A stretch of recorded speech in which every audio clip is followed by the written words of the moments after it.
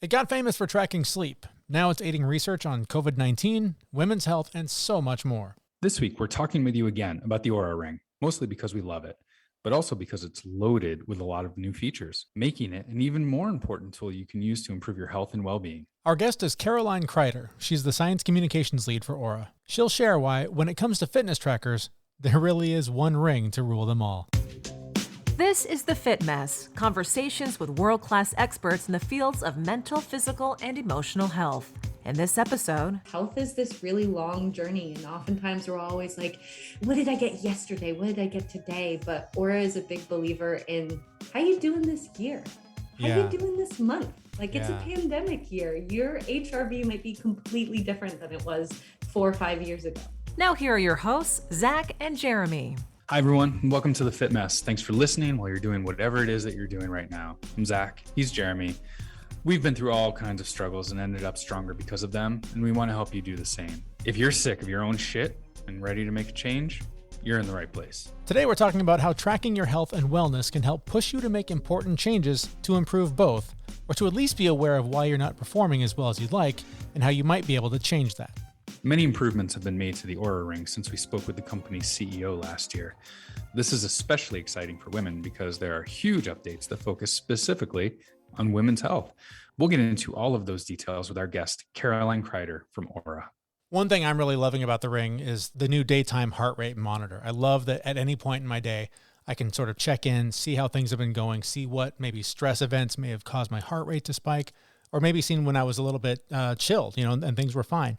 And with that information, I can make changes to my day. I can go into interactions with coworkers or interactions with my family, knowing when I'm likely to be stressed out based on the information I've gathered just by wearing the ring. Yeah, I like that part too. I mean, I especially like the part where it shows me that my heart's still beating in the middle of the day. I mean, that's very consoling. Very, very consoling. It makes me feel better. But you're right. There's certain situations that you're in that you just don't realize stress you out, and having that ability to look and wait, why did my heart rate go up?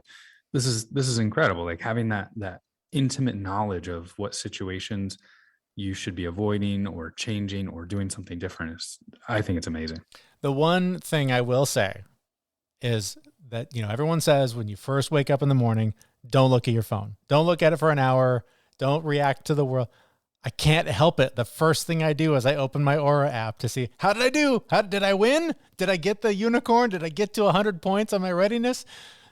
No, I fail every time. But so I need to get over that habit. I need to give myself that hour, but I'm just so excited every morning to see how well I did on my sleep.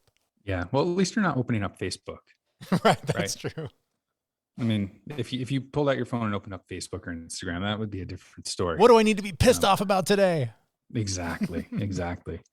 I like this ring. It not only does it really provide you some incredibly useful data to change your habits, but I think it looks really good too.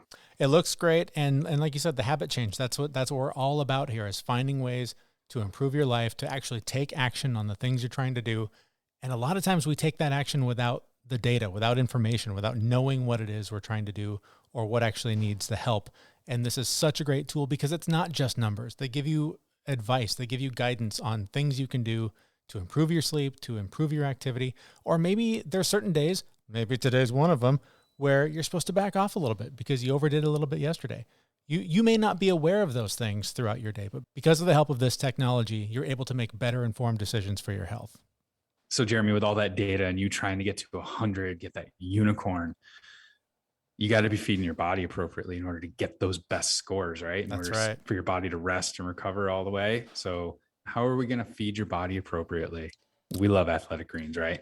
Absolutely. I started taking Athletic Greens because I really needed to have a supplement that tasted great, gave me all the things that I needed. And I didn't want to have to take 10 pills a day or spend all of my time cooking all the meals. I try and get my nutrients from food, but let's face it, we don't get everything we need every day from food. So Athletic Greens was a great solution for me. It tastes great, gives me everything I need for more energy, better gut health, optimized immune system. It has less than a gram of sugar, and there's no nasty chemicals or artificial anything, and it actually does taste good. And for what you get, it's less than $3 a day. And right now is the time to incorporate better health, and Athletic Greens is a perfect start. To make it easy, Athletic Greens is going to give you a free 1-year supply of immune-supporting vitamin D and 5 free travel packs with your first purchase. All you have to do is visit athleticgreens.com/fitmess. Again, that's athleticgreens.com/fitmess to take ownership over your health and pick up the ultimate daily nutritional insurance. That link will be on the show notes, and it's plastered all over our website at thefitmess.com. All right, well, if we haven't convinced you that the Oura Ring is what's missing from your fitness tracking routine, perhaps our guest can help. Her name is Caroline Kryder. She's the science communication lead for Oura. We had a chance to talk to her about what's under the hood of the Oura Ring and why it's a powerful tool you may want to add to your wellness toolkit. The Oura Ring is a smart ring that helps you track a lot of different information about your health. So it's a ring and an app that's helping you track how your body's doing, how your sleep is going, activity. So it's a holistic wellness tracker that's on your finger. There's been some significant changes. A new version of the ring has come out. Can you talk about some of those enhancements or new features that you brought in? Yeah, absolutely. I'm not sure if either one of you had the Gen 2 ring, but it's kind of one of those cool things where if you hold them up side by side, it might be hard at first to tell what the differences are. Our engineering team is really, really good at fitting things in less than a half centimeter of space. But because they're so tiny, it does help to talk a little bit about the differences. So the Gen 2 ring was really focused on sleep tracking and optimizing all of these measurements at night. Night is a great time to read all sorts of information about your body. But we heard again and again and again from our members that, hey, we want to measure stuff during the day. We really want to expand all sorts of features. So the Gen 3 ring, we took the same size, but we packed in a bunch more sensors. So we put in different types of LEDs that help us measure different things. We added a bunch of temperature sensors. So now we have 7 temperature sensors. And we expanded the app as well. So if you're looking at the Gen 3 ring, sort of the biggest hits are we expanded into the day. So there's daytime heart rate. You can look at how your body is doing throughout the day. Are you getting restorative time or not? We're going to have workout heart rate rolling out later this year. And then a couple other features sort of came with that. We're going to have blood oxygen in the ring. There's our first official women's health feature, period prediction. And then inside the app, there's a new tab that's chock full of a library of a lot of different content that you can use to meditate and learn about your health. I've definitely been taking advantage of the new content for meditation. That is really cool. There was some before in Gen 2, but you guys have added a bunch, and it's been really, really helpful for me. What have you learned about yourself as a meditator? Any good? It's more just the resources, right? Just I use it a lot at night to help me sleep, and there are every one that I've used. I haven't heard a single one all the way through because I'm just out within minutes of starting. So they're fantastic. I wanted to talk a little bit about the women's health stuff. That's a big part of this update. And I was surprised in reading about this, how much temperature plays a role in a lot of the women's health features. So can you talk about how that helps predict what's going on with women's health? Yeah, absolutely. So Oura measures skin temperature. You have your core temperature, which a lot of people are used to thinking about, which is where you put a thermometer under your tongue. But your skin temperature changes a lot more than your core. So your body wants to hold your core temperature constant. And to do that, your skin needs to change. So if you go on a run, your core heats up, your skin flushes. Same thing where if it's cold outside, the first thing to get cold would be your hands. So your skin changes a whole lot and its temperature fluctuates, and there's all sorts of cool patterns that you can read with that. So Oura Ring has always had temperature, and our users have always written into us and say, hey, I could tell I was getting sick early. Mm-hmm. I realized this medication changed this. I had something wrong with my thyroid, but we have finally built a feature that is official for all of the users that had written into us saying, hey, I'm actually tracking my menstrual cycle using the temperature feature. And it's a really cool pattern where estrogen cools you down, progesterone heats you up. And so the first half of your cycle is estrogen cold. The second half after you ovulate is progesterone warm, and it creates this wave that you can follow. So period prediction is just getting to know your personal wave. Not all cycles are the same length. You might have a cycle that's a little longer or shorter. And so it is able to look at what has happened for your body in the past and what is happening right now, so that when you see that transition from hot to cold, you can say, hey, that is exactly when your period's going to start.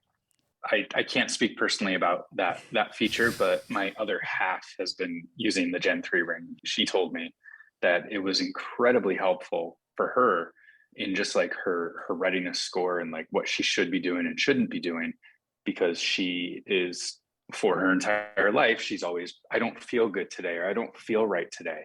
Is it something I ate? Is it my sleep? Is it PMS? Like, is it those things?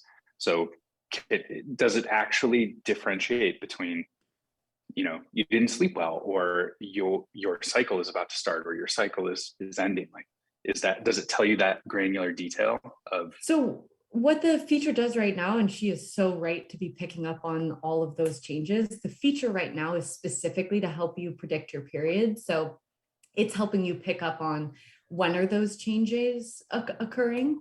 Okay, in the next 3 days, in the next 5 days, you're going to have this big hormonal shift. But for the longest time, we have had the ability to read all those other metrics that you're talking about. Your sleep is going to change based on your cycle, your HRV, your heart rate variability, your respiratory rate, your heart rate. And so a lot of people use the trend graph, which is where you can see those long-term patterns, to look at what's changing between the first and second half of their cycle, because those hormones do cause, a lot of shifts, and you might be sleeping differently, you might be training differently. And it's nice to kind of have that confirmation of what you were feeling in your body. Mm-hmm. My wife's been using it to track. I should call it sleep, but let's call it lack of sleep. She's up very late, always working on whatever the projects are that she's got on her agenda. And it's so funny because we compare, my typical night of sleep, I'll score, readiness and sleep scores are usually like between 85 and 95. Nice. And I'm like, man, what am I missing? How do I hit that 100? What else do I need to do? I'm always thinking about, like, there's got to be some other little hack, because I do all these, like, this list of things that I do. And then, she rolls into bed at 2 or 3 in the morning and falls asleep in 4 seconds and gets up at 6. But her number is around 70, and it says good. And she's like, well, okay, I'm good. Great. Off we go. I'm just going to keep doing what I'm doing. So, I mean, I suppose whatever works. But so I'm going to be selfish. I'm going to make this about me first. How do I close the gap? How do I get that 5 or 10 more points that I need? Well, we can definitely talk about how to close the gap and get that magical, like our users call it, the unicorn 100. Yes. Like, I've seen it. Like, I've seen it on Instagram, and I'm like, I just want to do it once, just to know that I did it. Like, I did it perfect one time.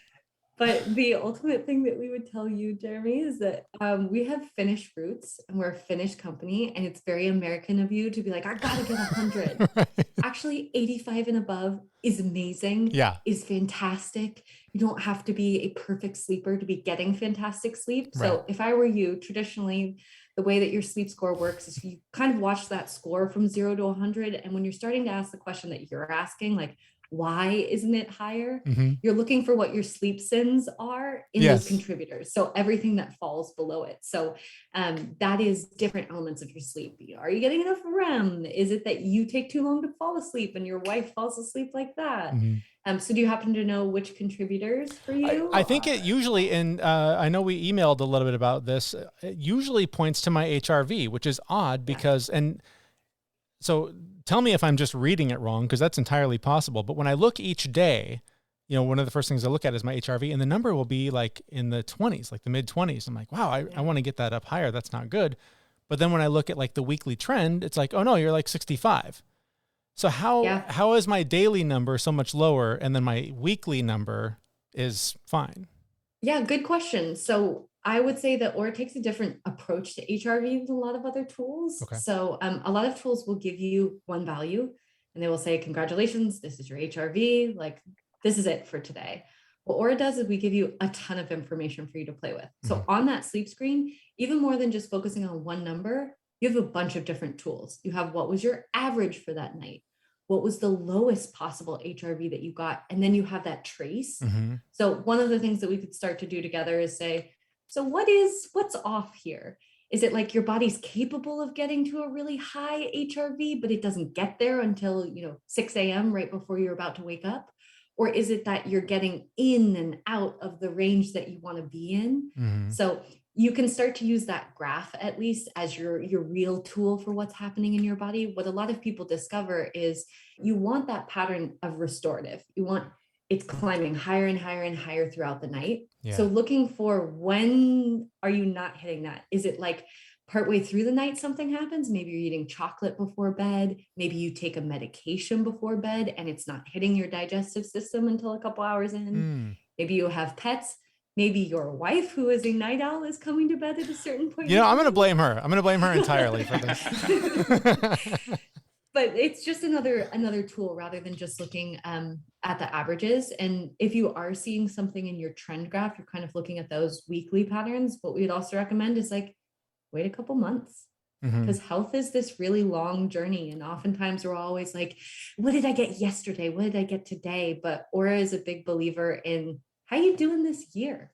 How you doing this month? Like it's a pandemic year. Your HRV might be completely different than it was 4 or 5 years ago. That's true. And then for my wife, who's happy with a 70, should she be okay with that, or should I encourage her to get to bed on time? I love that. You guys sound like you probably have different thresholds for what number sounds okay. I think so. Yeah. It's sort of like, how do you feel when you operate at 70? Because a lot of us know that there are times in your life where you might be a 40 sleep score. Maybe you are a new parent, new job, something else is going on. You're moving across the country, and 40 is the best that you can do. So it's really what else has to give in your life. Right. And if she feels great at a 70 and she's staying up and doing something that fulfills her, great, more power to her.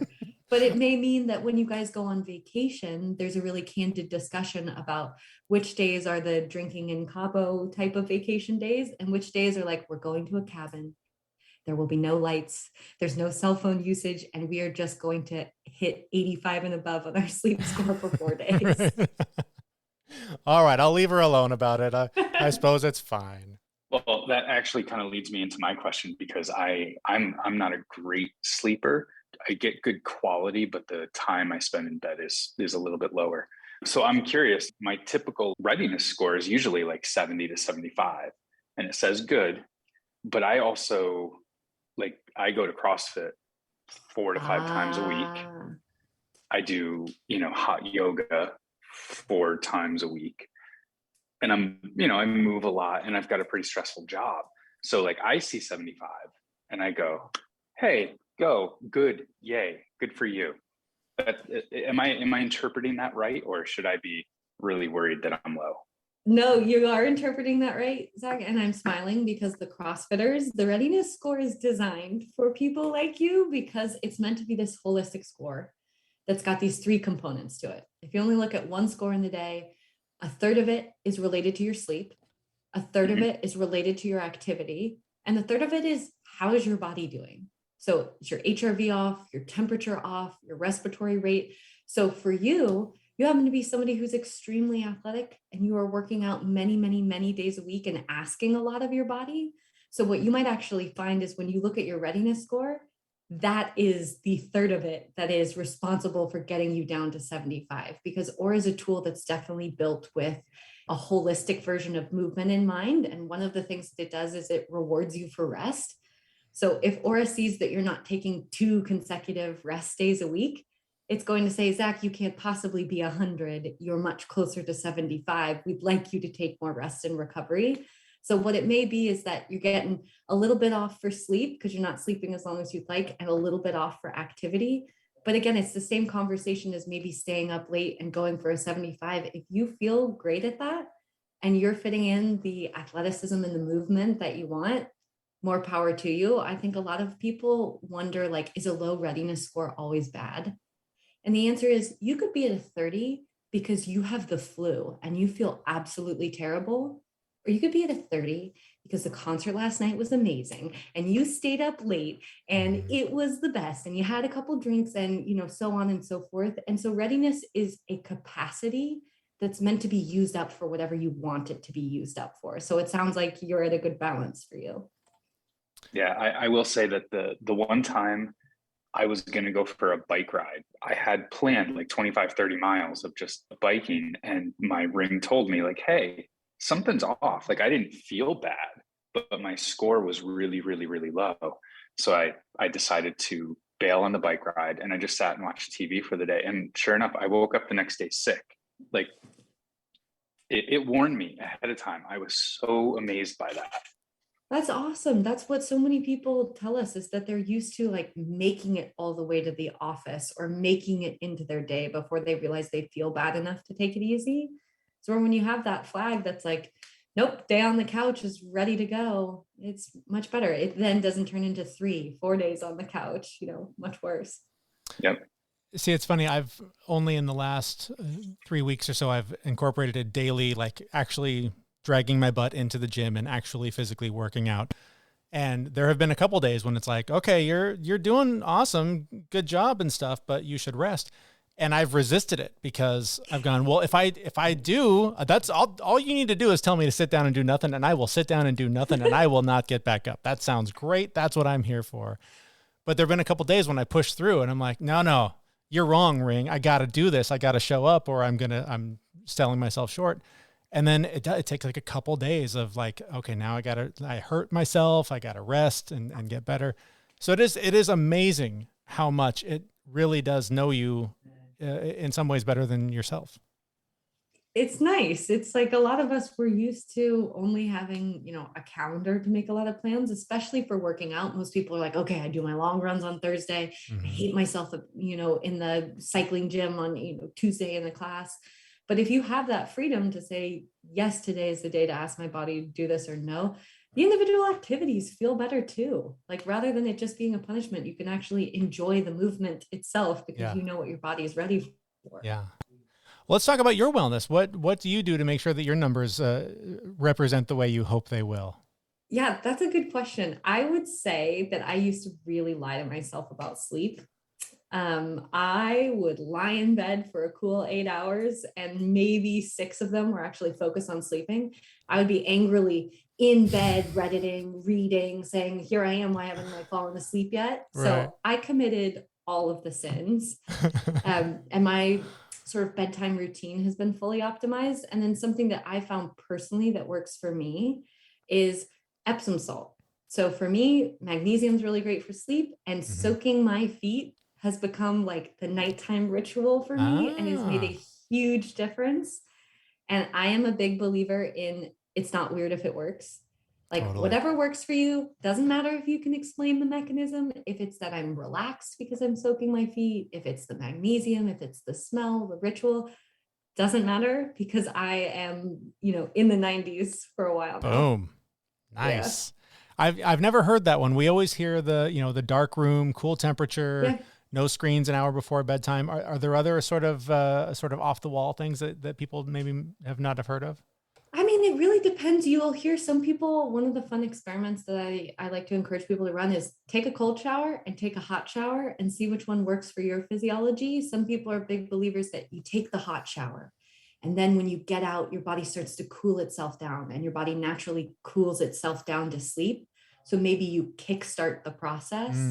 Other people are like, no, I take the cold shower, so I get myself cold. We skip all the way straight to the cold part, and then I get into bed. So I think that's a really good tip, and it's a fun experiment to see what works for you personally. Yeah. So I'm sure you've heard hundreds, if not thousands of success stories or life change stories just due to the data that people are seeing with this ring. Do you have one or two that really stick out in your mind as like these gigantic changes that people made because of the ring? Yeah, that's a good question. I definitely want to celebrate the small changes that a lot of people make. I feel like a lot of people get a tool like this and expect some incredible transformation when really 15, 30 minutes more sleep or a better awareness of their body could be enough. And those should be celebrated. But there have been some big moments. Some of the joyous ones are definitely around people discovering that they're pregnant thanks to the temperature data. So we did a pregnancy study where we invited a bunch of users who had been wearing the ring while they were pregnant to share the patterns that they'd seen in their data with UCSD. And we found, that your temperature increases 5.5 days after conception. And that is really, really fast. And that is really meaningful for people who are waiting and waiting for that type of information. So I think there's some joyous stories like that. And then there have been some scary ones for sure, where somebody writes into us and says, something's wrong on my heart rate graph. My heart is, 20 beats higher than it was last week. Or my ring is no longer showing me data. And that's because it can't read their heartbeat. An arrhythmia hasn't occurred and they need to go to the doctor, or their heart is actually doing something differently. So I think a lot of us are used to spot checking our health. You go in the doctor when something's wrong. And there have been a lot of cases where people see that something is off well in advance because now they're just more in touch with their baselines. That's incredible. Yeah, it's huge. You mentioned earlier some of the things that are coming later this year. One that my wife brought up, and again, maybe this is something that exists and we don't know how to turn it on, but she was saying that particularly when she's at work during the day, if like she suddenly she's like involved in some heated thing with some colleague and it's really stressful, she was saying, wouldn't it be great if the app said, hey, your heart rate's racing, chill out. Does that exist or is that on the horizon? That's a really good question. Some people have maybe written in about having some sort of alert or, haptic feedback, some vibrating or something with the ring. But I think one of the big things that differentiates Oura right now is the voice of the product and everything. And the way that it helps you care for yourself is no screens, no flashing, right? No notifications. The only notifications that you'll get is like, charge me or time to stretch your legs. Right. So in the moment feedback hasn't been prioritized just because we want you to, go about your day live naturally, your life, or sleep naturally. But it's definitely something to consider. And it is, the feature where you can meditate during the day. The idea is that maybe you get enough body awareness that you start to recognize that in yourself and then are able to care for yourself. Yeah, for sure. But a chill out ring is probably something a lot of us could use at some point in time. That new feature, the daytime heart rate graph, you can start checking your data with your wife. What it will do is kind of give you the journey of your heart throughout the day. And then it will color code the time that you were in restorative time, where you were actually, gaining back those points and really taking that time for yourself. So you could look at her graphs, presumably, and see if there is no restorative time, maybe the chill out is, throughout the day. Yes. It's funny. I was looking at mine just before we got on this call, and there is this spike, like just a dramatic spike at 7 o'clock. And that's when it's like, kids, we got to get out the door or you're going to miss the bus. And it just, and I remember being very frustrated this morning when that happened. And you feel free to use that against them when they come home. Oh, totally. This is all your fault. I do want to say my better half, she did comment on the fact that she's always worn trackers on her wrist. And while I've got one on too, like they notify you, they're active throughout the day. And she was just so ecstatic that she had all of this data with no notifications whatsoever, and that it was benign, and she forgot that she was wearing it, yet she was getting all of this information. And I just want to comment on that. Like, it's just such a great feature. But the one notification that I get on my phone that I love is when the ring is fully charged. So like my watch, I always put it down. And then I realized 3 days later that I never put it back on. So I really appreciate that about the ring, that it tells you, hey, go put it back on. It's done charging. I'm glad. I'll tell the product team because they never get feedback. Nobody writes in a technical support ticket to say, I love that you tell me that you're fully charged. Everything you're doing is fantastic. Keep up the great work. Great. I'm glad that your partner feels that way, though. I think there are quite a few people who've written into us who said, wow, I didn't realize until this was my primary activity tracker how much my run was focused on and how fast am I now? And am I meeting the time? And how many calories? And I said I was going to do 2.5 miles, so I got to get to 2.5 miles. Rather than just going and experiencing your body and maybe going for a run for the joy of going for a run instead of metrics, and maybe checking afterwards how you did. So hopefully more people have that experience. I'm guilty of both sides. Yes. I promise I have a question, but I also, just a comment. My wife doesn't like to wear rings. She has to take her wedding ring off at night because her hands kind of swell up and it hurts, and so she takes it off. And when she opened the box, she's like, oh my God, it's really pretty. Like, and that is like, she loved it. And I see her, she wears it all the time. So it's so well done on the design too. But the question that I'll get to, you've also, speaking of changes, things that are new, there's now a membership model with the ring. So tell us about the membership model, why that now is part of this, and sort of how it works. Yeah, so that's a great question. We are moving to a membership model. So there's a monthly fee, and we're pretty excited because we take the writing in and the comments and the ideas from our user base really seriously. There are a lot of requests on the roadmap and a lot that people want us to build in. So what we've done is that membership is going to be fueling more features coming out faster.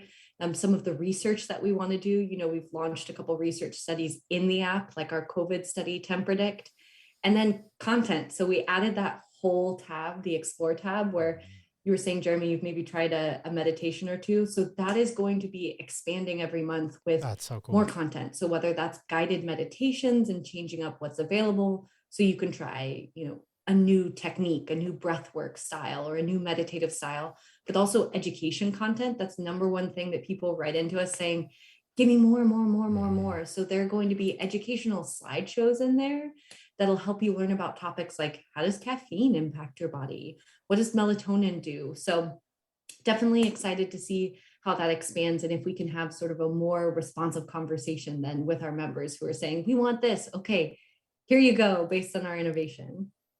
That's awesome. I want to leave it there. Is there anything else that we didn't touch on that you want to make sure we mention about the ring to make sure people are aware of it? Sure. I guess a couple of other things that maybe you guys have played with that trend view or not. I think a lot of people maybe don't know that you can go into that view. So clicking on the hamburger menu, those 3 lines in the top left, and hitting trends, and then you can turn your phone into landscape mode. And a lot of people are only looking at their data in portrait and not looking at weeks and months. And I think turning it sideways, a lot of people have some aha moments about those larger life changes. So I think that's a really special view.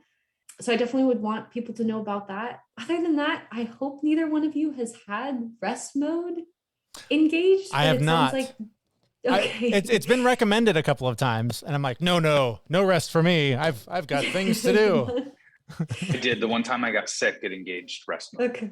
That I think is a really critical piece where, if your temperature changes and it's your personal temperature, some of us run hot, some of us run cold. If your temperature changes, you get this mode triggered rest mode, where it's not only going to mute your activity goals, which is really important. It sounds like, especially Zach, for people who have, a couple different CrossFit classes maybe in the week. It says, don't worry about activity, focus on recovery. And then it helps you track your symptoms and gives you different insights on recovery. And so I think that's a pretty cool offering that we have that people might not know about. And it's such a powerful use of the temperature data that if people are looking for that, I think it's really, really special. Now that you say that, I remember the time that it did suggest rest mode was I got my booster, my vaccine, my COVID booster. And it was like, oh, you might want to chill out.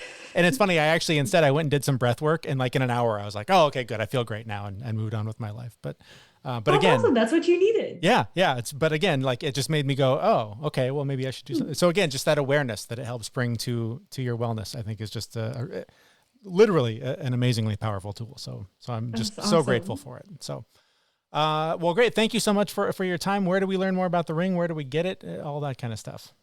Yeah, we have a website. I would say let's, attach the URL rather than me reading it off. But if you just, Google search for Oura Ring, we have our blog up there as well. So lots to learn and dig into on there. That was Caroline Kryder, the Science Communications Lead for Oura. You can find links to Oura in the show notes for this episode at thefitmess.com. So many takeaways from that interview for you if you're interested in the Oura Ring, especially if you're a woman. So many of the updates are focused on women's health, something Zach and I know nothing about. However, this was an opportunity for us to be able to get our wives to participate in the show for the first time. So that's been fun. Yeah, it was. But like I said, I'm loving the daytime heart rate monitor. That's a huge upgrade for me. It's something that I'm using every single day. I'm, like I said, obsessively checking it first thing in the morning to make sure that I've slept the way that I needed to get the recovery that I need, so that when I go to the gym, I know how hard to push or how much I need to maybe back off that day. And maybe most importantly, the app replaces so many other wearables and trackers and other apps. I've literally deleted 3 other apps off of my phone because of everything this one has to offer. And in addition to that, so many educational tools so you can learn about your heart rate variability and all the things that you need to do to make sure that your body is performing the way that you want it to. So I'll throw this out to the community.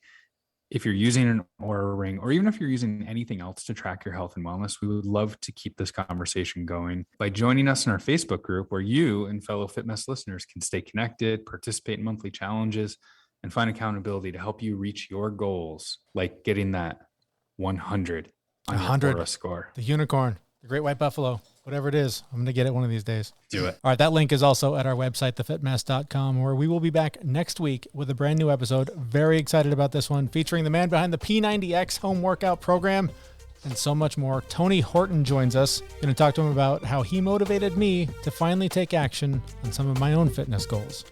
We'll see you then. Thanks for listening. See you, everyone. We know this podcast is amazing and doesn't seem to lack anything, but we need a legal disclaimer. Prior to implementing anything discussed in this podcast, it is your responsibility to conduct your own research and consult your physician. You should assume that Jeremy and Zach don't know what they're talking about, and they're not liable for any physical or emotional issues that occur directly or indirectly from listening to this podcast.